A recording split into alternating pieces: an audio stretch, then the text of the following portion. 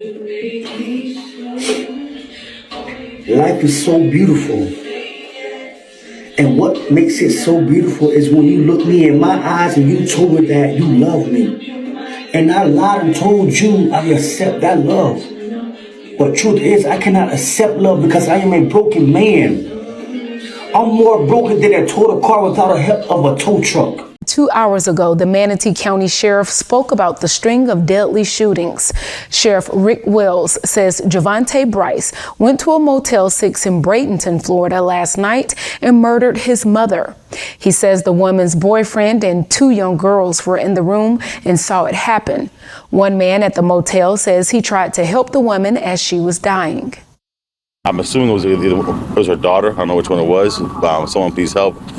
Please help me. You know, my mom just got shot. So I told my son to grab some towels, give me some towels, and I ran up there. I was the first one in there. There was a lot of blood. Sheriff Wells says Brice left the motel and went to a home in Palmetto and killed the young woman who was his cousin. And after that, he went back to Bradenton and killed the woman at his ex-girlfriend's house. All 3 murders happened in less than an hour. Deputies learned Brice could have been heading to Georgia to kill another ex-girlfriend, so they put out a statewide alert. We don't know what set this man off. We don't know why he chose to kill his loved ones, and we may never know. I love you, bae. See you in hell. Those words appeared as Javontee's Facebook post at 9:36 p.m. on June 24, 2024. For minutes later, deputies got the call. By the time it was morning, 3 women were gone, and the man posting in real time was in a standoff with police at a gas station near the Georgia border. He documented everything online while it happened. Every post, every victim, every mile he drove. Before we get into it, leave a like, drop your thoughts in the comments, and subscribe to Crime on Pulse so you won't miss the next case. Tombstones started to shatter from faithful sinning.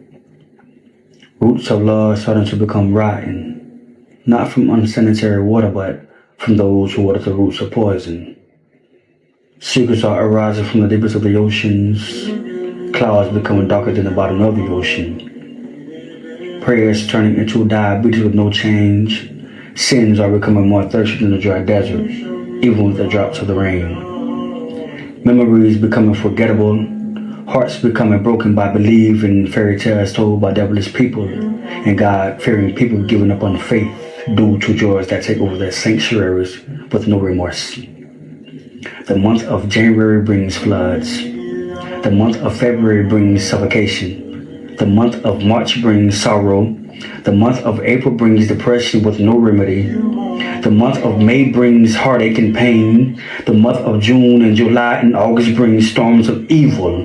The month of September and October brings fallen burdens. The month of November brings fire while during a snowstorm. The month of December brings the preparation of a new and better life.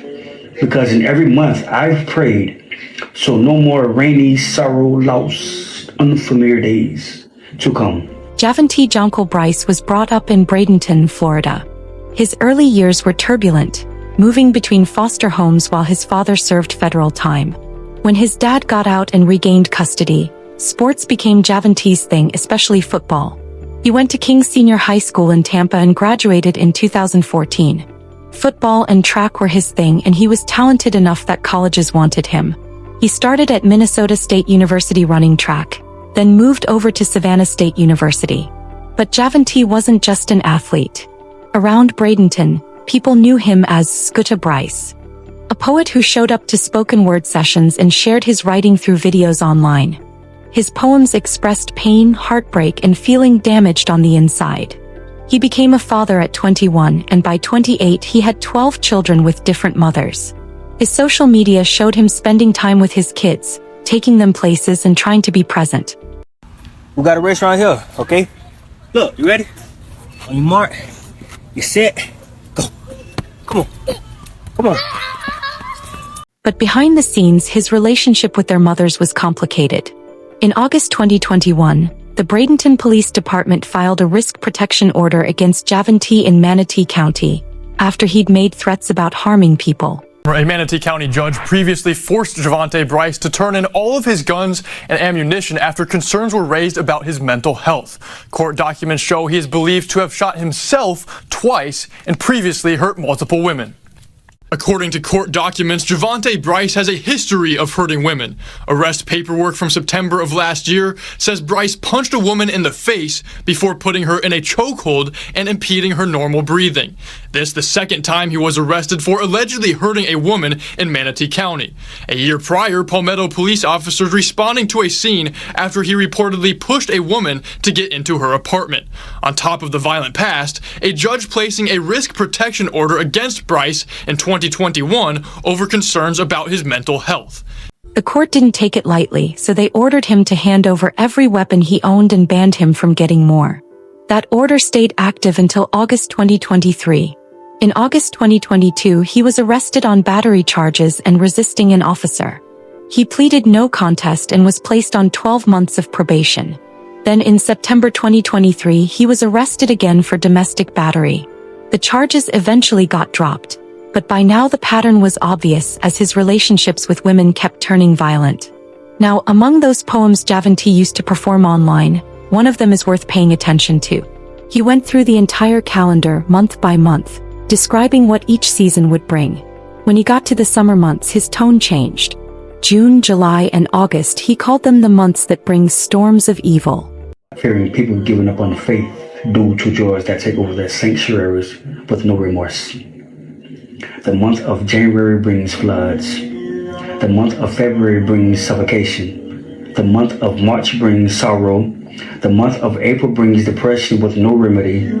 The month of May brings heartache and pain. The month of June and July and August brings storms of evil. June was the month when he went on a rampage. On June 9th, Javontee posted, "To the woman who sold me a fake dream. I hope your ex-boyfriend teaches you a lesson with a smile." Then on June 23rd, he wrote, "When you have so many options, you choose the wrong option." At the time, nobody knew what he meant. What options was he talking about? Around 9 p.m. on June 24th, Javontee showed up at Palmetto Trace Apartments where his sister lived. One of his exes was there too, who was the mother of one of his kids. When he walked through that door and saw her, he told her straight up that he was going to hurt her. His sister immediately stepped in and somehow managed to talk him down. He turned around, walked out, got in his car and left. But none of them called the police. Earlier that evening at 8:53 p.m., Javontee had posted one word on Facebook: love. Now, Javontee had been living in Georgia for a while, but was sent back to his mother, Tidamisha Scott, in Florida. He took him in trying to help. She was 48 years old, a nursing assistant who'd spent 15 years caring for the vulnerable elderly folks, homebound patients, people who couldn't care for themselves. She'd opened her door when her son needed support. But things got difficult, and eventually she moved to a Motel 6 with her boyfriend and two of Javontee's younger sisters. The address was 660 67th Street Circle East in Bradenton. At 9:17 p.m., deputies got a call from that motel. When they arrived, Tidamisha was already gone. Witnesses said Javontee walked into the room, looked at his mother, and said, "I'm sorry." She asked him, "What did you do?" Then he shot her. Javontee walked back to his car and drove off. Went out to investigate what was going on, and that's when we heard the commotion from the ladies upstairs. Her daughter, I don't know which one it was. Someone please help. Please help me. My mom just got shot. So I told my son to grab some towels. Give me some towels, and I ran up there. I'm like, oh my God, is the baby okay? Because she was holding a baby when she got shot. They say that he came flying in here in a vehicle and did what he did and left in the vehicle. Around 9:36 p.m., he made another post writing, "I love you, Bae Koya Brice. See you in hell." The person he tagged was his cousin. 4 minutes later, at 9:40 p.m., another call came in. 900 block of 26th Street Court East in Palmetto. The victim was Sequia. Sequia Starkay Jonkila Brice was 29 years old and had just celebrated her birthday the day before. She was a certified nursing assistant like Javontee's mother and a mother to two young boys. She was at a family cookout about to leave when Javontee pulled up. There's always action, something going on over there. And then, the police showed up and stuff, and but my reaction, I knew something bad happened. The police showed up, They saw the body in front of the garage there in the driveway. Palmetto police arrived and tried to save her. They rushed her to the hospital where she passed away shortly after. But Javontee wasn't done. Around 10 p.m. he posted again, "Pig, I love you, but you had to go." Pig was the nickname for Cheryl Carter. Cheryl was 31, a hairstylist with loyal clients who trusted her. She was dating one of Javontee's ex-girlfriends and they shared a home together. In the days leading up to this, Javontee started showing up, lurking outside the house, sending messages and parking on the street. Cheryl knew something was off, so she told her partner to get help. Then she started documenting things and taking screenshots. That made her a witness. Shortly after that 10 p.m. post, Javontee showed up and didn't touch his ex-girlfriend, but went after Cheryl. Deputies got another call. 4855th Street West in Bradenton, the apartment where Javontee's ex lived with Cheryl. They rushed her to HCA Florida Blake Hospital, but she didn't survive. She was everything a father could ask for. My uncle, he loved his girls. He loved them up until they got grown. I'ma miss her. Why her? Like, why? And I just broke down crying. And it's a whole lot. It's a whole lot I could tell you about Pig. She, Where did that come from? I saw that and I'm nickname. like, wait a minute, what's that? Okay. Nickname. Okay. And it is Pig with 2 G's. So she'd be mad if you spell it with 1 G. Pig was a person of love. Everybody, the community, from Sarasota to Bradenton, from Bradenton to Tampa, she was well known. I'm just gonna miss her, that's all. 3 locations, 3 women gone. All within 2 hours. And between each one, Javontee went online and posted about it. His last post was, "Since I can't catch you, I'd catch your brother." Who was he talking to? Whose brother? Nobody knew for sure. But the message was clear enough that he wasn't done and had more targets. By now, the Manatee County Sheriff's Office had connected everything. Just want to try to give you a timeline of the events that took place last night. And before I get started, really want to show you the killer himself, the one that is responsible for 3 homicides in Manatee County last night. His name is Javontee Brice. He is 28 years of age. He is the one that went on a killing spree last night in Manatee County. So we believe initially that this all started sometime before 9 o'clock when Mr. Brice traveled to the Palmetto Trace Apartments in Palmetto, in the city of Palmetto. Inside one of those apartments was his sister and a mother of one of the many children that Mr. Brice has. When he walked into the apartment, he looked at the ex-girlfriend and said, "I have to kill you." Somehow the sister was able to talk him down and talk him out of him shooting this ex-girlfriend. She later told investigators that he was acting very strange, not really sure what was going on with him. At 9:17 p.m., we know that he traveled to the Motel 6 in East Bradenton. Inside one of those rooms was his mother, his mother's boyfriend, and 2 young juvenile sisters. He walked into that hotel room, looked at the mother and said, "I'm sorry." She asked, "What did you do?" And he shoots her 3 times in front of the boyfriend and these 2 innocent young juveniles. He then travels into Palmetto to the 900 block of 26th Street East. One of his cousins was at a cookout at this residence.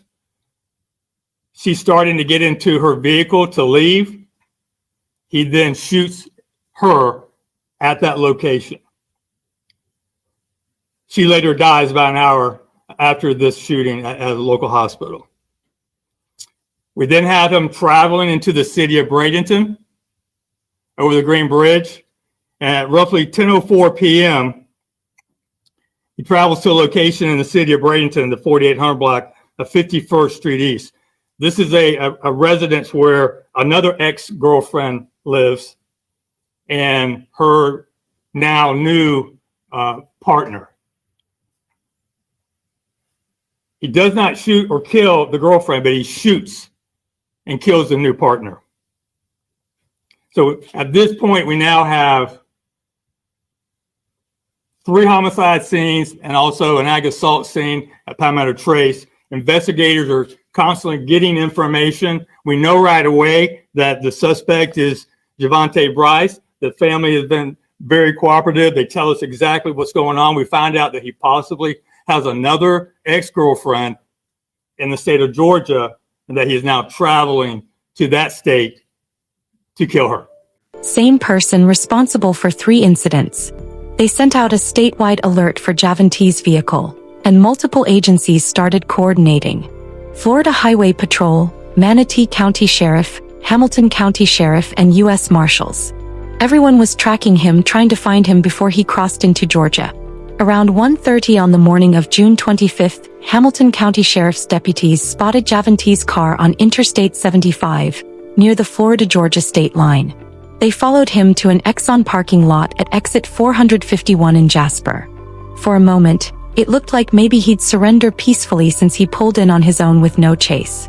But when he stepped out of that car, he had a standoff with the deputies and multiple rounds hit him. None of the deputies were injured, but Javontee didn't make it. There was a woman in the car with him who wasn't harmed and wasn't charged. Police interviewed her but never released her identity. Inside the vehicle, investigators found something that confirmed what they already suspected. A handwritten note with addresses and names on it. This was proof that he'd planned to hurt more people.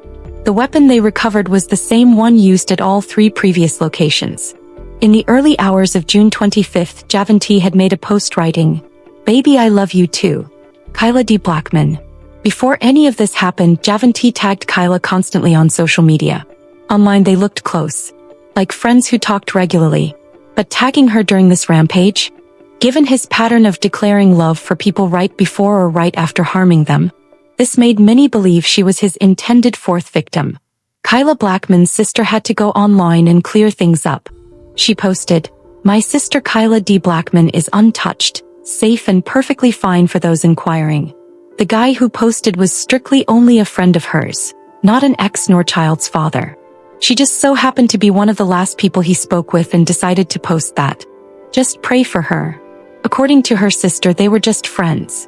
Nothing more. But Javontee's post suggested he felt differently, or at least wanted people to think he did. Kyla lived in Georgia, and law enforcement later learned that's exactly where Javontee was heading, to hurt another ex-girlfriend who lived there. Javontee's family was devastated. People who knew him started posting, trying to process what had just happened. His sister, Red Johnson, wrote an emotional post. "First things first, I want to deeply apologize to both families. I'm so sorry, these girls did not deserve that, and it really breaks my heart. There are no words I can say to take the pain away though, and I'm so sorry. I literally just lost my mother and my brother. Ma, I am extremely sorry. Like, there is no way you deserve to be taken out of this world by a person you created. I kept my distance for my own well-being, but you and all your kids knew I did not play about you. I would get on all their behinds when it came down to you. I love you so much, and I wish our life could have really been different. Scoot, you know our love and bond was so special and different, let me say that. And I will love you the same no matter what. But boy, what is this? Like, I'm so at a loss for words right now. I never would have thought you would pull some stuff like this, baby bro. I'm usually the first to get called. Why didn't anyone call me when it started? You all know I did not play with him. I would have definitely come and got on his behind. You all know that. You all know how we were. I could have talked him down, I swear. Boy, you broke my heart, like real deal. I never expected no stuff like this from you. I did everything I could to keep you going while battling my own struggles. I tried so hard to save you, but now I know you've been gone inside since the incident in 2018. I have so much more to say, but you know I'm gonna leave this." That post captured everything. Grief for their mother, for Javontee, guilt about whether they could have stopped it, anger at what he did. All tangled together in one heartbreaking message. Johnny, Javontee's brother, celebrated his birthday on June 25th. the day after all this went down. He'd been in prison for 10 years and got out in April 2024. On June 22nd, just 2 days before everything happened, he and Javontee hung out together. On June 24th, Johnny posted, "Lost in my own thoughts right now." Javontee commented underneath, "I'm here, brother." Hours later, Javontee was gone after that rampage. Luckily, sheriff deputies with the Hamilton County Sheriff's Office spots the vehicle that Mr. Brice is driving. They stop him. He immediately gets out of the car and starts firing upon them. They return fire, shooting and killing him there in Hamilton County. Johnny's birthday would forever be marked by his brother's final night, and what his brother did. Johnny went live on Facebook trying to defend his brother against rumors spreading online. I swear, bro, if you just called me and just told me you feel like killing this whole, I would have came to you, boy. I want to give a fuck where you at. I would have came to you, boy. Damn, look, bro. That's all, I don't know why. I don't know. You were just on the phone with me. I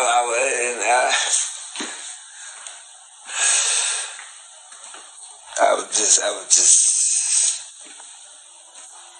not trying to be mindful of how you thinking, how you feeling.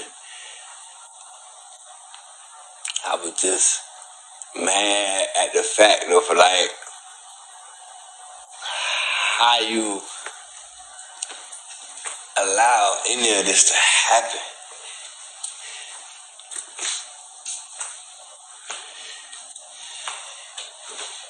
And bro was just like, bro, that ain't my fault. I'm like, how it ain't your fault, bro? You know better. You know better, bro. Nah, come on, bro. For real? You know better. Whoa, man. People were saying Javontee had secret relationships with men and was scared of being exposed, but Johnny debunked those claims. Johnny also stated during his 10 years locked up he never met Javontee's kids, and Javontee never met his.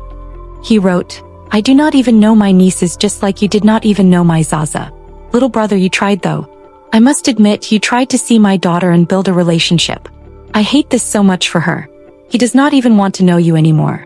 Now make sure you tell my baby that her uncle did try to be a part of her life when he was alive, and I truly do thank you, brother, for stepping in my gap. Well, you tried, my brother, you tried." While all this was happening, Rosie Nieves posted screenshots of text messages she'd allegedly exchanged with Javontee on June 23rd, the day before everything happened. She wrote, "To find out he just hurt all those women. God kept me out of harm's way, and I'm so sorry to all those involved in this tragedy. Skuta Brice, rest in peace." Javontee's sister Yana saw that post and wasn't having it. She called it out as irrelevant. Yana felt like Rosie was making herself part of a story she didn't belong in. Rosie replied saying she talked to Javontee just hours before it all started and he seemed normal. She said maybe if she'd gone to see him she could have stopped it. Or maybe she would have been another victim. Rosie made another post trying to explain herself. She wrote, "I wasn't trying to make a spectacle with that post. I barely knew him, he was an acquaintance. I only wanted to say that it could have been anybody that could have happened to, and with the timing, I could have been in that situation or maybe even prevented it by giving a listening ear. Praying for everybody involved in the tragedy. I'm sorry for all of your losses." Rumors started spreading about Javontee and Sequoia's relationship. Some people pointed to him calling her bae, as evidence of something inappropriate between cousins. The family debunked it, saying that bae was just what people close to her called her. A memorial was held for Sequoia, and her funeral took place on June 29, 2024, with the service held at West Side Funeral Home. And friends of one of the victims from the deadly shooting spree last week in Manatee County coming together in Palmetto. Welcome to ABC 7 News at 11 o'clock. I'm Rick Adams. And I'm Michaela Redmond. West Side Funeral Home held visitation for Sequoia Brice this evening. Brice had just turned 29 years old a day before her life was taken. An emotional day for family and friends of Sequoia Brice. She was one of 3 women tragically shot and killed by her cousin, Javontee Brice, one after the other heading inside Westside Funeral Home, saying their goodbyes. We love you, Coco. Johnny Brice, Sequoia's father, speaking for the first time, saying he's sending his love to everyone involved. And I just hope that we just don't come together in situations like this. We're able to come together as whole, as a family, because all of us is family. And like I said, everybody need to lean on everybody and just beat up for one another. And I love all y'all, and I'm sorry for the whole situation. Just a week ago, family and friends holding a vigil, honoring and remembering Brice. Her mother, Matilda Dubois, saying she was full of life, devoted to family and especially her 2 sons. A bond, Dubois said, was strong. And when you saw them, you saw her. When you saw her, you saw them. Football, everything. She missed no games. She was a great mom. She was loved. She was, the best person ever. Anybody, if you were around her, you were in her presence, automatically drawn to her. You didn't even have to know her. She was happy. Friends and family came together to remember the devoted mother who just turned 29 a day before losing her life. Titamisha and Cheryl were also laid to rest. Cheryl's service was held at the George Potter Building in the Sarasota County Fairgrounds. One of Javontee's poems reads, "Just because I'm damaged doesn't mean I'll harm your feelings and love. I know what it feels like being alone in dark rooms with no one to call on. I know what it feels like standing in the rain with no umbrella when you are surrounded by hundreds of people with an umbrella.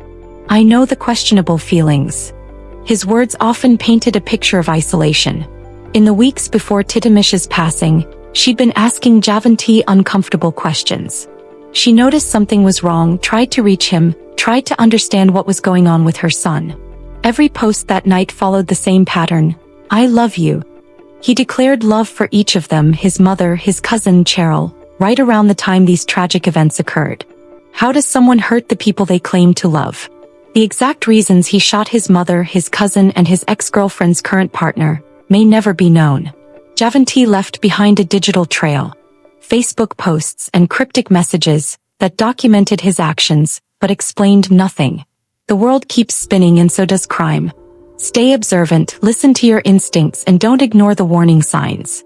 I'll see you in the next case on Crime on Pulse. Thanks for watching.